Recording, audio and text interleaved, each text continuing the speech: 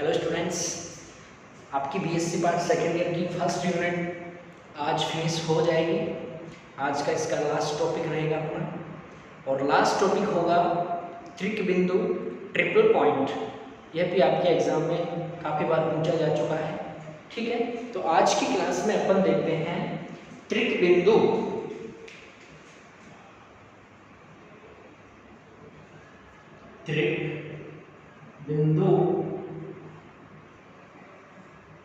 त्रिक बिंदु इसको बोला जाता है ट्रिपल पॉइंट। क्या? ट्रिपल पॉइंट त्रिक बिंदु। ओके। ट्रिपल बिंदु देखो होता क्या है, इसके नाम से चल रहा है कि जिस बिंदु पर तीन अवस्थाएं आकर के मिलती हैं वो त्रिक बिंदु कहलाता है, या तीन बिंदुओं का संगम क्या कहलाता है? त्रिक बिंदु कहलाता है। देखो, त्रिक बिंदु को अपन अगर समझेंगे और अच्छे से तो अपन जल का उदाहरण लेकर के इसको समझ सकते हैं। जल का उदाहरण जैसे जल की तीन अवस्थाएं होती हैं, और किसी भी पदार्थ की आप जानते हैं कि तीन अवस्थाएं होती हैं, ठोस, द्रव और गैस। तो अपन जल की तीनों अवस्थाएं का उदाहरण लेकर के त्रिक बिंदु को समझते हैं, और उसी के अकॉर्डिंग अपन कहेंगे। इसकी पहली डेफिनेशन मैं आपको बता देता हूं कि ऐसा बिंदु या वह बिंदु जहां पर तीनों अवस्थाएं ठोस, द्रव और गैस साम्य अवस्था में आकर होती है, कि ऐसा बिंदु जहां पर पदार्थ की तीनों अवस्थाएं ठोस, द्रव और गैस अवस्थाएं जिस बिंदु पर साम्य अवस्था में होती है उस बिंदु त्रिक बिंदु कहलाता है, या उस बिंदु को त्रिक बिंदु कहा जाता है। ओके, अब आगे देखते हैं अपन। पहले इसका मैं किसका उदाहरण लेकर के आपको समझा रहा हूं? जल का। तो जल का मैं पहले तीनों अवस्थाओं का मैं प्रस्था आरेख या अवस्था आरेख यहाँ पे बना रहा हूं, वो ध्यान से देखना आएगा।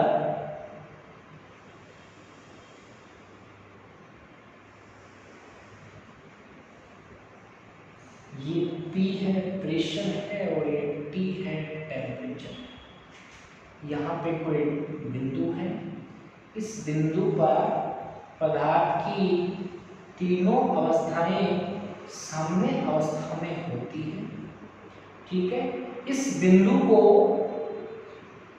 इसको कहा मैंने AB वक्र के नाम से प्रदर्शित किया, इसको कहा मैंने CD वक्र के नाम से प्रदर्शित किया, और इसको कहा EF वक्र के नाम से प्रदर्शित किया।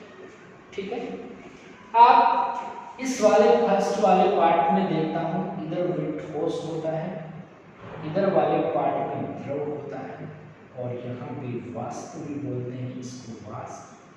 और जो गैस होती है वो इस साइड में गैस होती है। ठीक है, इन तीनों पदार्थ की जल की जो तीनों अवस्थाओं को मैं उदाहरण लेकर के आपको अच्छे से समझाने की मैं कोशिश करूंगा। ठीक है, यहाँ से आप लोग दे सकते हैं इसको O बिंदु। क्या इससे आप यहाँ पे ऐसा आप वक्र भी बना सकते हैं। इसको यहाँ पे O सेंटर पॉइंट डाल देता हूँ, इसको मैं यहाँ पे TR कर देता हूँ, तो यहाँ से जो वक्र जाएगा, ध्यान रखना स्टूडेंट्स, ये देखो, इसको मैं और बड़ा कर देता हूँ थोड़ा। ठीक है, यहाँ से ये पॉइंट गया,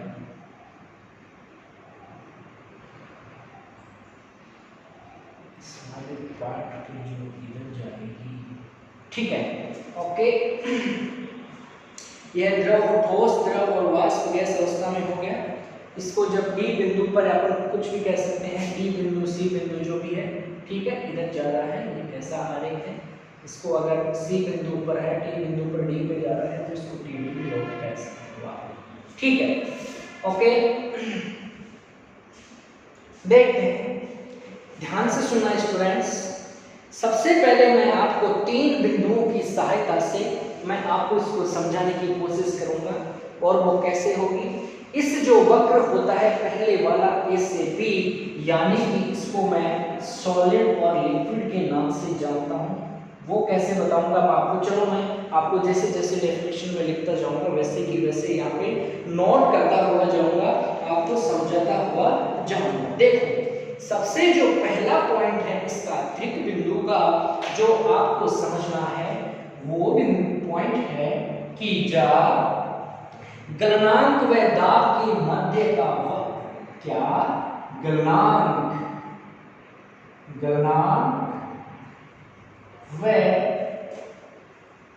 दाब के मध्य का वक्र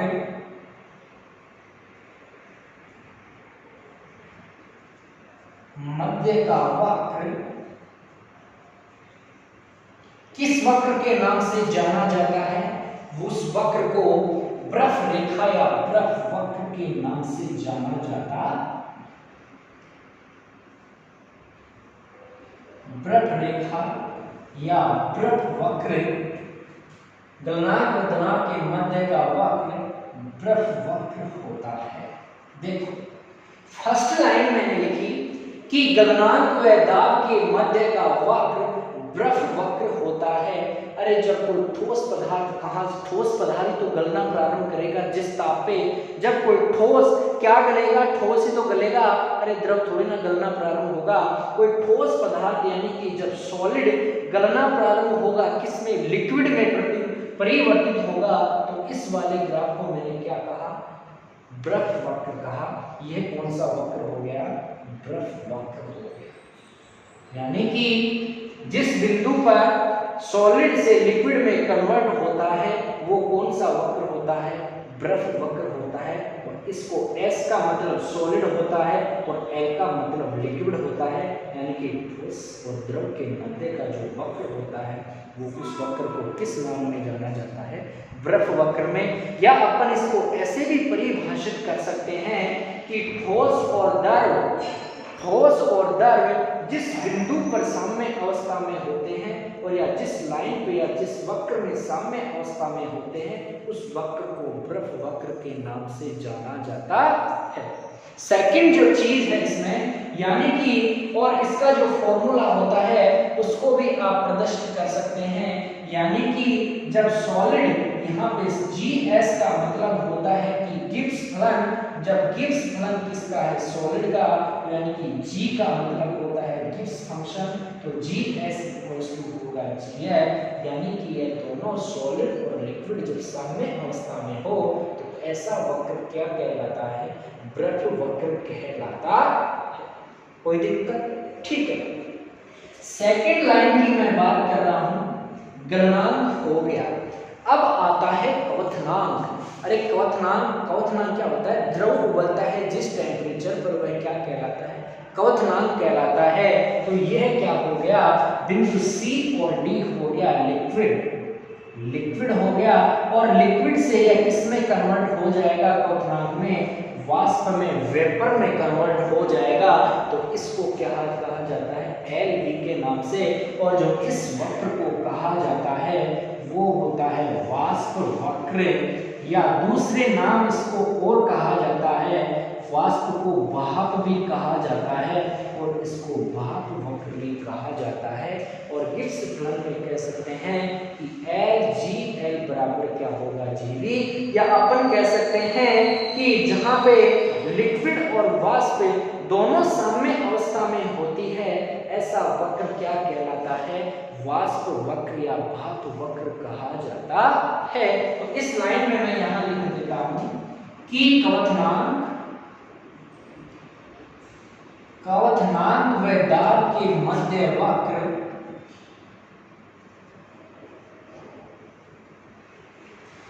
दाब के मध्य का वक्र भाप वक्र, या कह सकते हैं कि वाष्प वक्र होता है।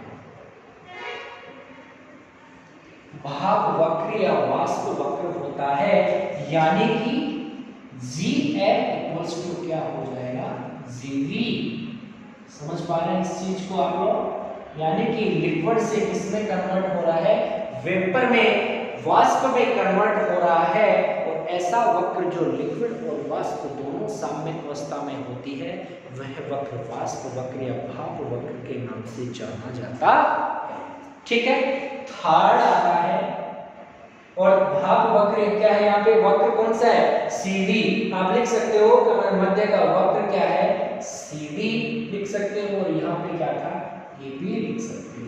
आप ऐसा भी इसको प्रदर्शित कर सकते हैं, लिखना चाहो, अरे आप लिखना चाहो तो लिख सकते हो, ये भी अपने पास दिया हुआ है, नोट कर रखा है तो लिख सकते हो, नहीं लिखना भी कोई भी लिखना चाहो तो कोई जरूरत नहीं, कोई इश्यू नहीं इसका। ठीक है, ओके। थर्ड जो वक्र आता है कि इस आरेख में क्या होता है कि ऐसा वक्र जिसमें ठोस और वाष्प के जो दोनों साम्य अवस्था में होती है, क्या ऐसा वक्र जिसमें ठोस और जो वाष्प, यहाँ पे ठोस है और यहाँ पे हो जाएगी वाष्प, ठोस और वाष्प जिस बिंदु पर साम्य अवस्था में होते हैं और उस बिंदु को क्या कहा जाता है, उस बिंदु को कहा जाता है हिम वाष्प वक्र या हिम वाष्प बिंदु कहा जाता है। हिम वाष्प बोले तो EF वाले वक्र हिम वाष्प वक्र के नाम से जाना जाता है, या वाष्प हिम वक्र या हिम वाष्प वक्र। ठीक है, यानी कि ऐसा बिंदु या ऐसे पदार्थ की अवस्था जिस पर ठोस और वाष्प दोनों साम्य अवस्था में होती है वो वक्र कहलाता है हिम वाष्प या वाष्प हिम वक्र कहलाता है। और वाष्प हिम वक्र को किससे रिप्रेजेंट किया गया है, EF से रिप्रेजेंट किया गया है, यहाँ पे F भी कैपिटल लेगा, EF से प्रदर्शित किया जाता है। तो यहाँ पे लिखते हैं कि वक्र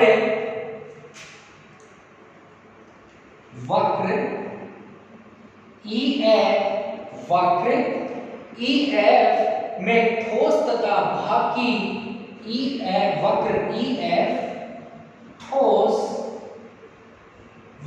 EF ठोस व वाष्प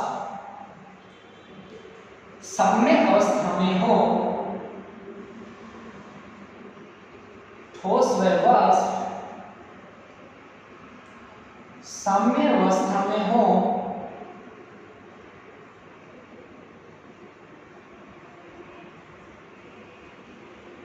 तो वक्र